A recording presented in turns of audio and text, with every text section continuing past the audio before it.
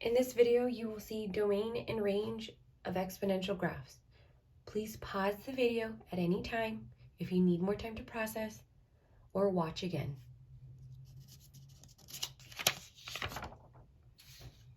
In this first example, we have an exponential model that we need to identify the domain and range for. So when I look at this graph, I have to notice that I have one point here and it's going on and on with an arrow that indicates that. So if I look at the domain, I want to look again at the x values from left to right.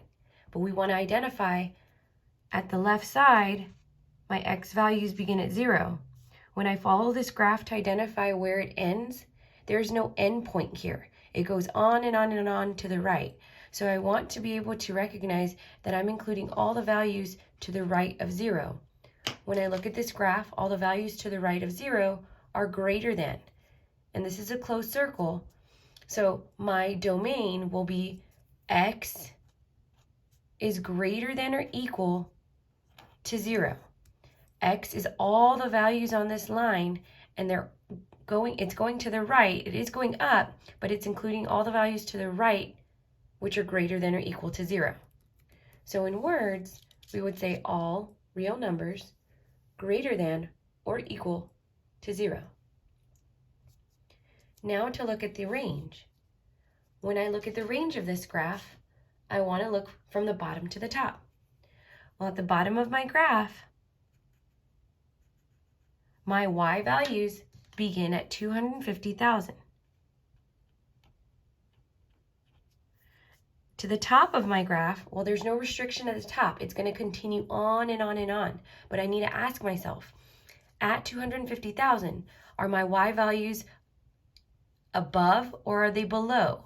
Well, this graph is going up, and all of these values above are greater than 250,000. So y will be greater than or equal to 250,000. In words, we would say all real numbers greater than or equal to 250,000. Please pause this video if you need more time.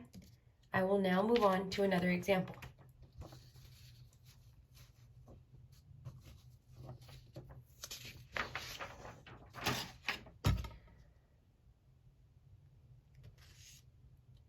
The graph below models an exponential function. We are going to identify the domain and range. Again, for domain, we look from the bottom to the top of our graph. So at our x values here, they begin at 0, and all the way to the top, I want to recognize that that's an arrow. So I'm not restricted to my x values. I just know that they will begin at 0. So since this graph is going up, I want to identify all the values going up as all the numbers to the right of 0, which are greater than. So here, our domain is going to be x is greater than or equal to 0 because that is a closed circle.